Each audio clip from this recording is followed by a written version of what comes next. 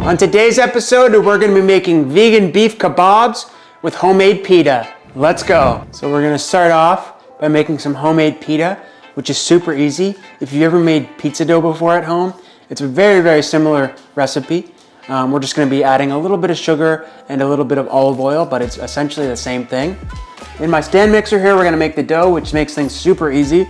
You just add everything in and whip it up for a couple minutes, and then you let it rest. Start with 1 cup of lukewarm water. You don't want it to be too hot or else it will kill the yeast. And too cold, nothing will happen. So 1 cup of water, drop it in. And then we're gonna hit it with 2 teaspoons of active yeast. I like these jars because there's less plastic. And then I keep this jar in my freezer and it makes the yeast kind of last forever. A lot longer than setting it in your pantry and forgetting about it for a year. And then we're gonna hit it with a 1/2 cup of flour. Mix that all in so everything gets combined. The difference between this dough and a pizza dough, like you really wanna take your time with it. We're gonna kind of bring everything together until it's a loose dough, wait 10 minutes, and then let the dough kind of relax. Knead it again for another 10 minutes. Let it relax as a full ball. And then we're going to separate it into individual pitas and then let that vibe out as well. So that's kind of well mixed in. Now we're gonna add a 1.5 teaspoons of salt. This is just to make sure the dough is well seasoned. And if you're using really old yeast that you don't know, you don't remember when you bought it, you wanna wait 10 minutes to see if this starts to bubble and kind of froth up like a nice top of a beer. If it doesn't froth up after 10 minutes, it's not active. It's probably gone dormant and died. So just throw that out, go to the store, buy a new thing of yeast. Again, that's why I like buying these, pop them in your freezer, and it makes the shelf life last a lot longer. Then we're gonna go in with a 1/2 teaspoon of sugar. That's to kind of help feed the yeast a little bit and get things grooving. So now I'm gonna add in 2 cups of flour, reserving another 1/2 cup of flour for the end to see kind of what things look like. And the last ingredient, just some good olive oil. We're gonna add in 2 tablespoons, and then we're gonna whiz it up. So this puppy's been kneading in the machine for about a couple minutes. A loose dough has formed. We're gonna let that relax for 10 minutes, just to give the gluten a chance to relax, hit the spa a bit, if you will. And then we're gonna get back to kneading it until a nice smooth, buttery dough forms. Welcome back to my YouTube channel. Today, we're making something that I've never had before, beef kebabs. Instead of the beef, we're gonna be using some plant-based meat. We're gonna be making a nice kind of flavorful spice mix that we're gonna add to the beef. We're gonna roast them on these wooden kebab skewers in the oven. We got some homemade pitas rising in the background. We are gonna start by chopping up this onion. We want this to be super fine. I think we're just gonna use 1/2 of this white onion here. And then we're gonna do a very fine dice. So we're gonna start by doing some horizontal cuts here, 90% of the way through the onion, and then rotating it, doing some vertical cuts, 90% of the way through. And then we're just gonna really finely dice this onion. We have our 80/20 ground beef here. We got our onion diced up. We're gonna go ahead and add this in right into this bowl. You want a big enough bowl that everything's gonna get in there, and at the same time, not gonna run out of real estate because we're gonna be mixing this with our hands. And then we're gonna take our 4 garlic cloves. If you love garlic, add more. If you hate it, add less. We're gonna go ahead and just gently push on them. Now this is called a microplane, or some people might know this as like a Parmesan cheese grater. Microplane's just the brand. So we're gonna go ahead and just grate these right in here. You could do this all in a food processor, but then I feel like the meat would get a little bit gummy. And you could also do this by hand, or use a knife, but when you got the right tool for the job, it just makes your life that much easier. So we got our garlic there. We're gonna knock that in. I like this microplane because it has these rubber edges, so if you're like grating ginger or something more fibrous, it's not gonna move around on you. We're almost there, folks, and then we got our nice little spice setup here. 1/2 teaspoon of turmeric, 1/2 tablespoon of coriander. We got a 1/2 tablespoon of smoked paprika, 1/2 tablespoon of salt, and a teaspoon of black pepper, freshly ground. Dump that in. Because plant-based meat is not as naturally fatty as real cow, we're gonna add about a teaspoon of olive oil here.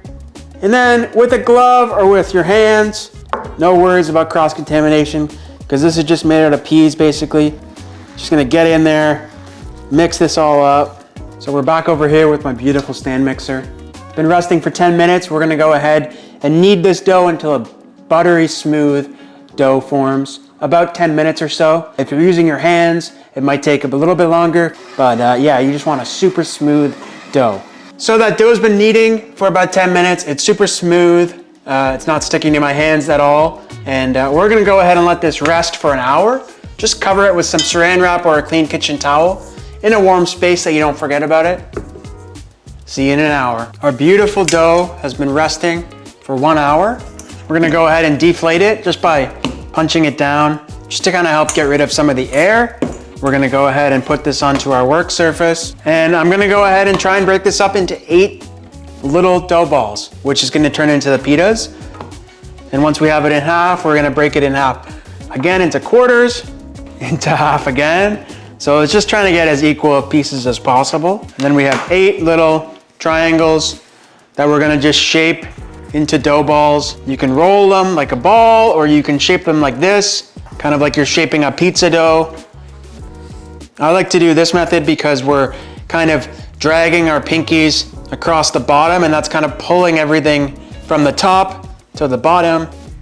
So as I was rolling these 7 pieces out, Jason told me this other method that he learned when he was working at Pizza Hut. We're gonna take this little chunk of dough here, we're gonna kind of flatten it a little bit, and then we're gonna shape it and fold all the pieces into the bottom. So we get that nice smooth top part, and then we're just kind of pinching below here and kind of folding it in on itself below. So you have a nice smooth one like that versus like one like this that I did with my original technique. I might try and smooth that out a little bit more with the Pizza Hut TM. Either way, we're gonna let these rest for about 10 minutes, again, to let them relax. Every time you're kind of working with dough, you wanna let it relax, and that just makes it a lot easier on yourself when you're shaping the dough into the final product. So we're just gonna let these rest covered so they don't create a skin for about 5-10 minutes as we make our kebabs. It's kebab time.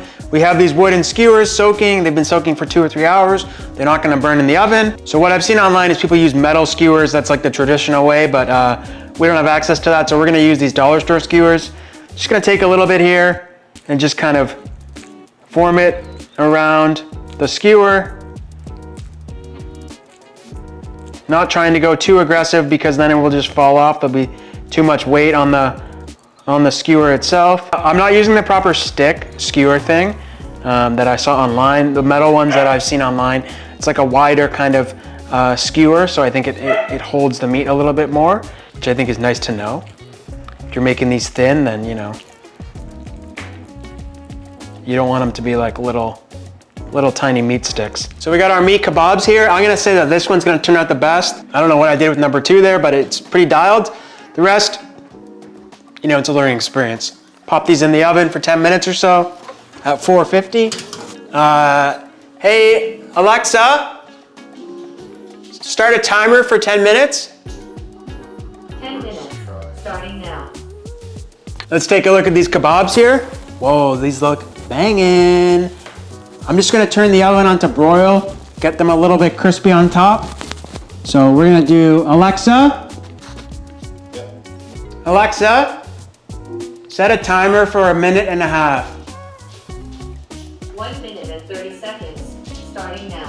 So these kebabs are done. I was right, the second one definitely looks the best. Next to probably number 1 here. We're gonna set these aside as we bake our pitas. Sorry, I meant to say roll out our pitas. Yeah, I would think that these ones look pretty dialed in, so we're gonna start with these. We're gonna get a little bit of flour. Just flour the rolling pin a little bit. And we're going to start rolling these out into nice sizes. Whenever you're rolling anything out, you want to always be rotating not only side to side with the dough, but you also want to be flipping it onto its other side, just to make sure it is smooth all around. And roll it into the best circle that you can do, you know? Back over by the stove here with Cameron the Carrot. We got this beautiful new cast iron pan from Cana. Because I've never used it before, I'm just gonna put a splash, like literally the smallest splash of olive oil, and then we're gonna go ahead and bake our beautiful pitas. These take super quick because, you know, we're not because they're homemade. So we're just gonna go ahead and move that oil around a little bit. And then I'm gonna drop this in. It's on a medium heat. So this puppy, I have a feeling, could be like the first pancake, you know? First pancake, it's funny how they always say pancakes, but it's such a transformative, could be anything, you know? First bike ride, first drink of beer, first cigarette, first cast iron pan. So we're just keeping an eye on this. We don't want it to burn. We got it on an 8 out of 10. Sorry, an 8 out of 15. Might turn it down to a 7 there. All right, I'm gonna flip it. This is looking pretty good. We're gonna pop it in our tortilla warmer. Pop a lid on that as we cook the rest. So we got our last pita here. We're only cooking out 4 just because it's a recipe video. I want to be pretty transparent with the audience. But the recipe does make 8. These freeze really well. These are coming out gravy. If you don't have a nice cast iron like this, you can use a regular pan or you can just bake these in the oven, but they won't get the nice little colored spots that the cast iron or like the stovetop method does. Everything is done. We got our kebabs plated up here. 2 kebabs, we got our homemade pita. We got some basmati rice here, wedge of lemon, just for a little bit of color. Just some green onions on top there. And I like the lemon wedge just because, you know, to brighten up the heaviness of the beef kebab a little bit, to lift it up. If you're looking for a dip, I really love this, this garlic kind of dip from Costco. It's amazing, it's vegan, it's just vegetable oil and garlic. It's kind of like a traditional garlic sauce you'd get at a kebab shop. Totally optional, hummus would be great as well. So yeah, here's your beef kebab with homemade pita, basmati rice, and a lemon wedge. Bon appetit. And that's how you make vegan beef kebabs with homemade pita. Don't forget to subscribe.